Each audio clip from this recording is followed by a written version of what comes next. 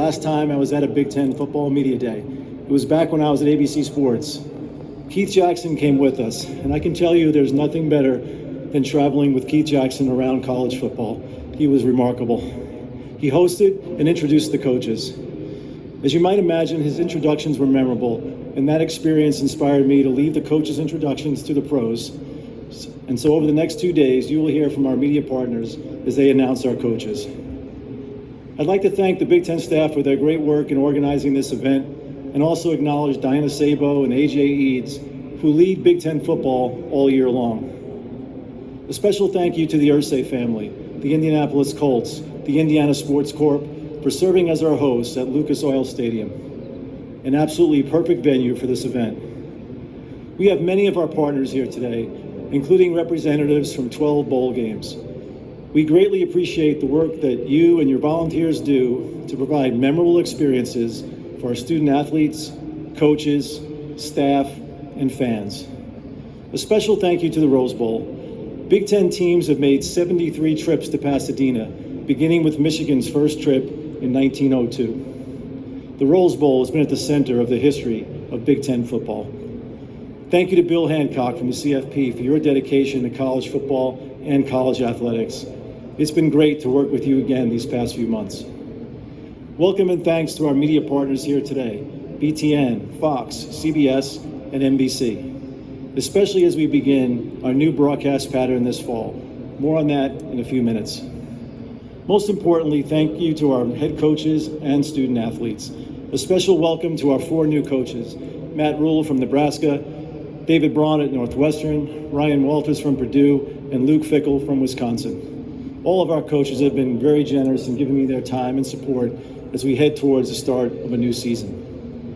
While I'm not here today, I want to acknowledge the dedication and work done by more than 96 Big Ten football officials, led by the best team in the business, Bill Carollo, Ron Gunther, and Coach Barry Alvarez. Thank you to the Big Ten Council of Presidents and Chancellors, our ADs, SWAs, and faculty reps, and all of the staff across our institutions that work tirelessly to provide Big Ten student athletes with both a world-class education and a world-class athletic experience. And of course, thank you to our fans who support all of our programs all year long with their time. And lastly, thank you to all of our media here today and across the country who support our programs, coaches, and student athletes. We appreciate you being here and all you do for us during the season. So as I stand here this morning, I'm about 2 weeks away from completing my first 100 days as commissioner. To use a baseball phrase, just enough dirt in my spikes to make some observations, and I want to share a few with you today. First, I want to say that by far the best part of the job is being around our student athletes, coaches, administrators, and fans at our games, tournaments, and championships. I was fortunate that when I started this position, I got to be at the Big Ten women's golf, men's lacrosse, and baseball tournaments. And best of all, I was there to watch Northwestern win the women's lacrosse national championship. Watching the level of play and coaching and the passion from our fans was obviously incredible, and our Big Ten staff does a remarkable job to ensure that our student athletes have the best experiences. My second observation is more about the state of college athletics, and that is that meaningful collaboration with the commissioners of other conferences and President Baker of the NCAA, combined with legislative support from Congress, is essential to address the changing landscape of college athletics. And most importantly, to preserve the core mission of providing academic opportunities through athletics. I can assure you that the work is happening in some form every day. Third, I've spent an enormous amount of time talking to our coaches, student athletes, ADs, the COPC, and my A5 partners about NIL. And I've learned a lot what NIL is and what NIL is not. What it is a great mechanism for student athletes to benefit from their name, image, and likeness through real marketing opportunities. And we as a conference not only support, but celebrate a student athlete's ability to generate unlimited benefits from true NIL.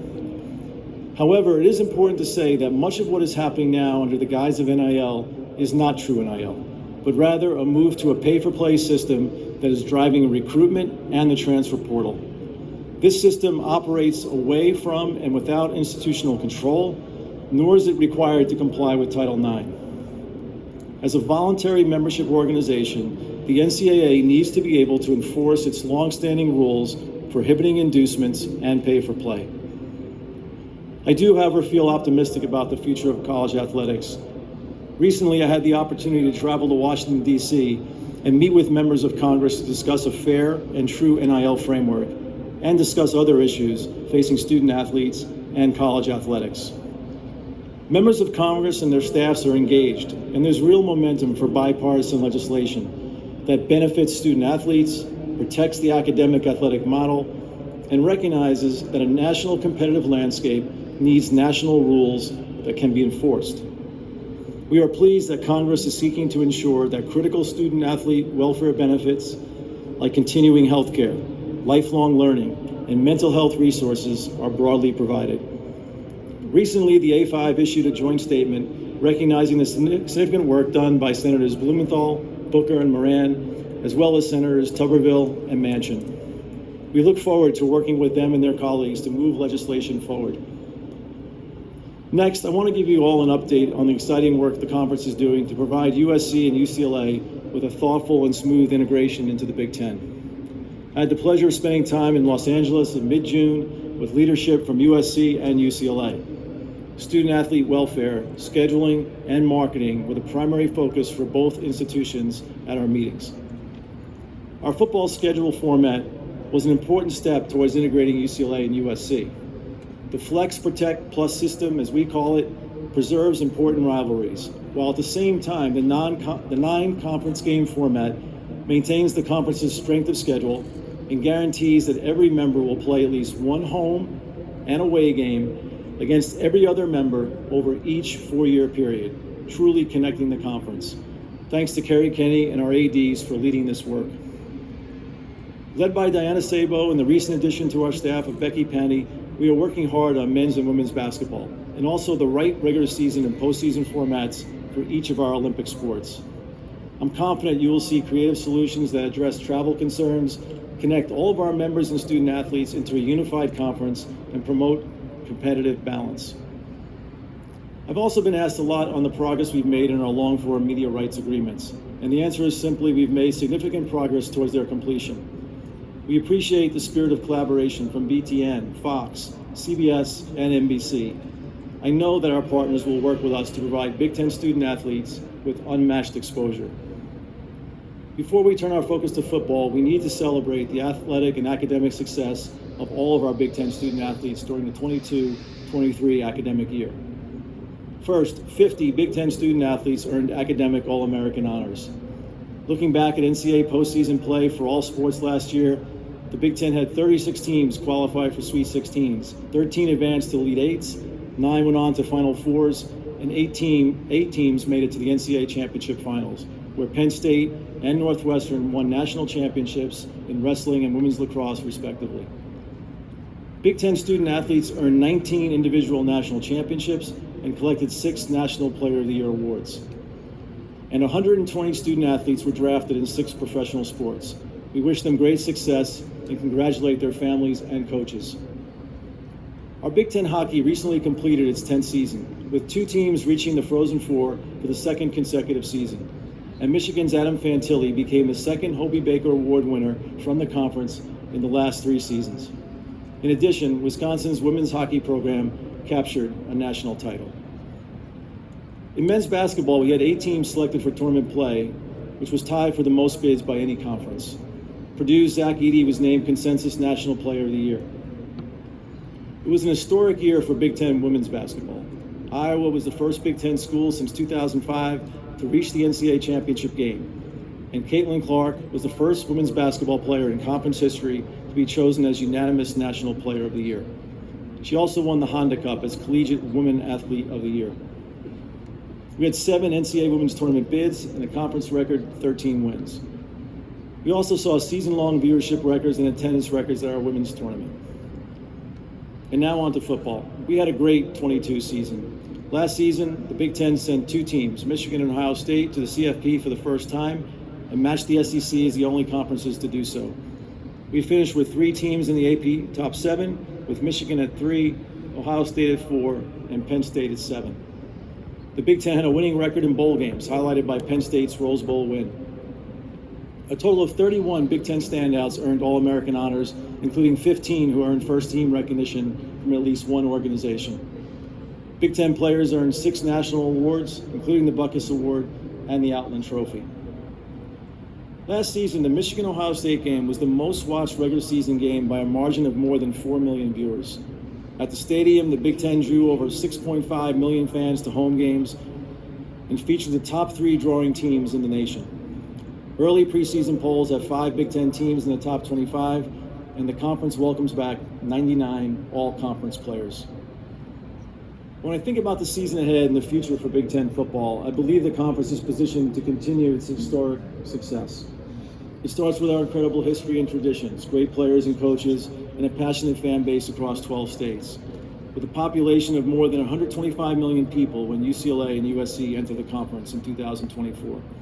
And with our new media partners, our reach will be unprecedented. We have done a great deal of scheduling work the past few months to ensure that we have strong matchups in every telecast window. And I think Thanksgiving weekend this season is a powerful example of that work. Iowa at Nebraska on CBS on Thanksgiving Friday at noon. Penn State at Michigan on Michigan State on NBC on Thanksgiving Friday in prime time. And then Ohio State at Michigan on Fox on Saturday at noon, followed by a 4 p.m. Big Ten matchup on Fox as well. Each of these games will receive significant promotion in NFL Thanksgiving games. The power of broadcast TV cannot be underestimated. Last season, 27 of the 30 most watched college football telecasts were on broadcast TV. This season, the Big Ten will have more football games on broadcast TV than any other conference, a projected 34. When the new deal is fully implemented in 2024, we are projecting 45 broadcast TV games each season. Big Ten fans will move seamlessly from Fox to CBS to NBC. As I conclude today, just 87 days in as the commissioner of the Big Ten, I'm excited about our future. With committed leadership from our COPC and ADs, an energized conference staff, the addition of USC and UCLA, new and exciting media partners and expanded platforms, support from our coaches with the goal of winning national championships in all sports, and a strong belief in the academic athletic model, I believe that we are really just getting started. Thank you for being here, and now I'll turn it over to our moderator, Jamie, for any questions. Thank you, Commissioner. If we have questions, please raise your hand and we'll get somebody with the mic over here.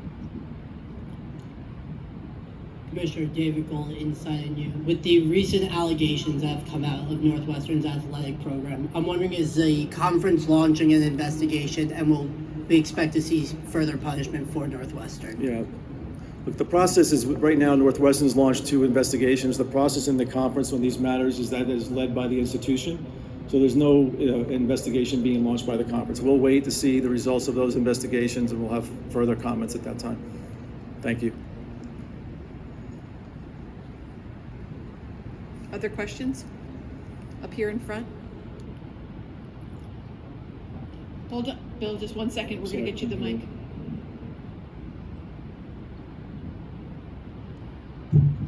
Thank you. Phil Thompson, Chicago Tribune. Morning. Good morning to you. Along those lines, does this behoove you to take a look at hazing within the conference, not just Northwestern, to see if this is an issue in other schools?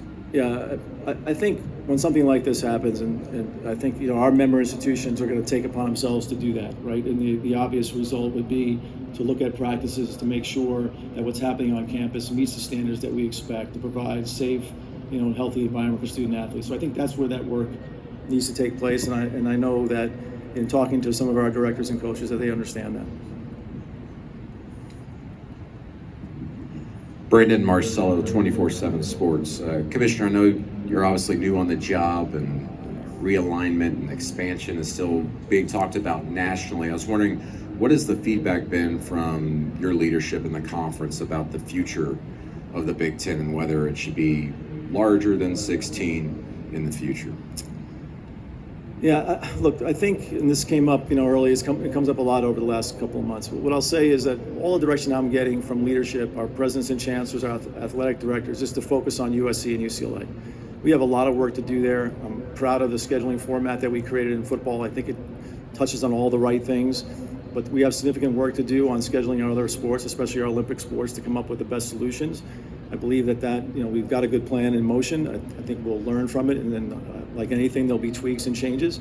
But overall, that's really where we are. I'm not getting direction to do anything else other than that in terms of just what the conference looks like right now. Down here in front.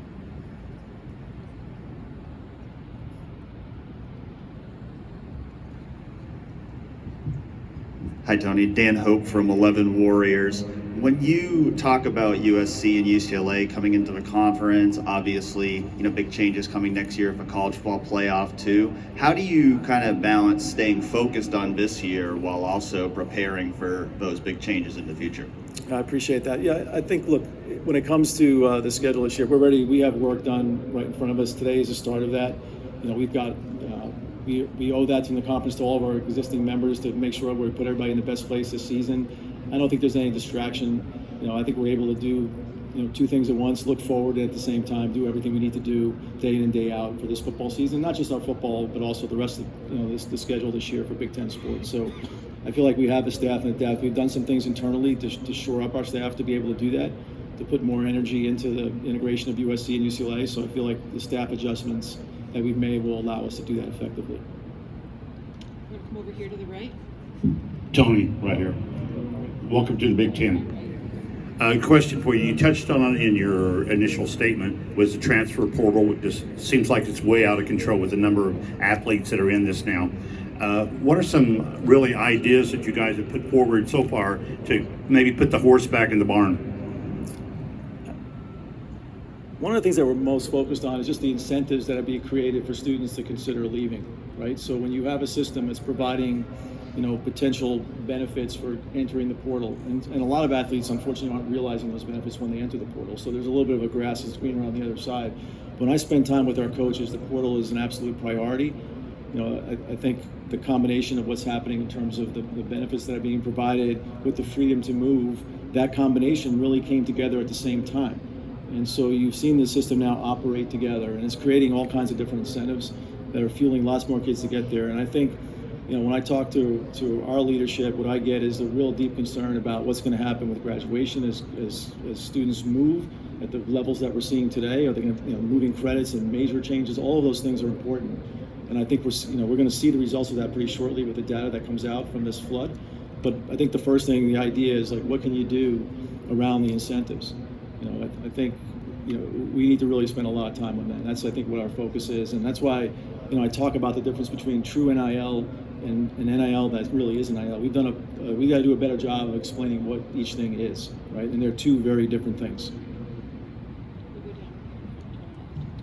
Yes, sir, Commissioner. Steve Hellwagon, Bucknuts, 24/7 Sports, Columbus. My question, the Pete Thamel article came out a couple months ago, and it kind of illuminated there was a lack of communication from the conference office down to the universities as to what was promised to the television partners, what could be delivered.